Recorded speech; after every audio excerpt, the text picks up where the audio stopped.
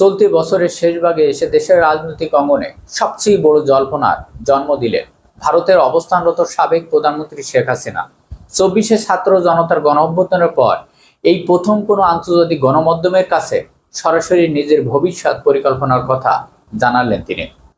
বিখ্যাত সংবাদ মাধ্যম রয়টার্সকে দেওয়া প্রায় 1 ঘন্টায় এক দীর্ঘ টেলিফোনের সাক্ষাৎকারের শেষে শেখ হাসিনা দাবি করেছেন তিনি খুব শীঘ্রই বাংলাদেশের মাটিতে পা রাখবেন এবং এসে আদালতে আত্মসমর্পণ করবেন।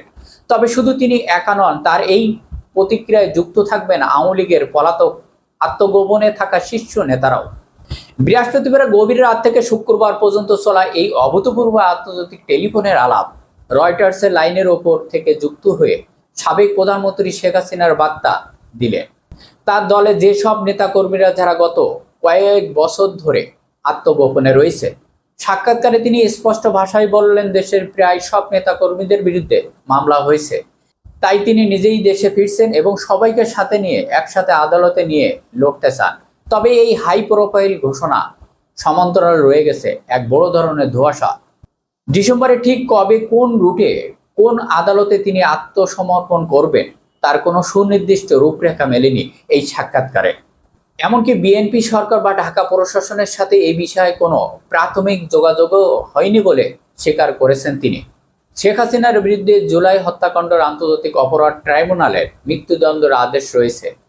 একই মামলায় সাবেক স্বরাষ্ট্রমন্ত্রী আসাদুজ্জামান কামালেরও দণ্ডপ্রাপ্ত। এছাড়াও জুলাই আন্দোলনের এই দুর্নীতি সহ দেশ জুড়ে বিচারহীন শত শত মামলা।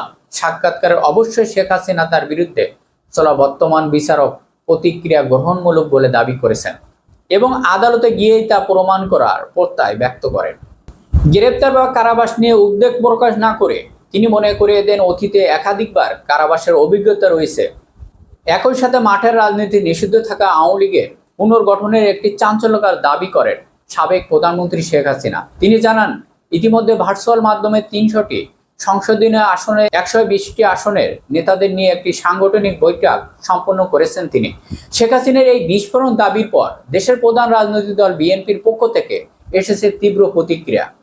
বিএনপি সিনিয়র যুগ্ম মহাসচিব রুহুল কবির রিজভী জানিয়েছেন, সাবেক প্রধানমন্ত্রী দেশে ফেরা না ফেরা তাদের বিবেচ্য বিষয় নয়। তবে জুলাই রাজপথের যে হত্যাকাণ্ড ঘটেছে তার বিষয়ে দেশের আইনের প্রতিক্রিয়া হবে এবং আদালতে তার ভবিষ্যৎ নির্ধারণ করবে। ঘোষণা চেয়ে রাজনীতির মাঠে তার বাস্তবায়ন কতখানি দৃশ্যমান হবে।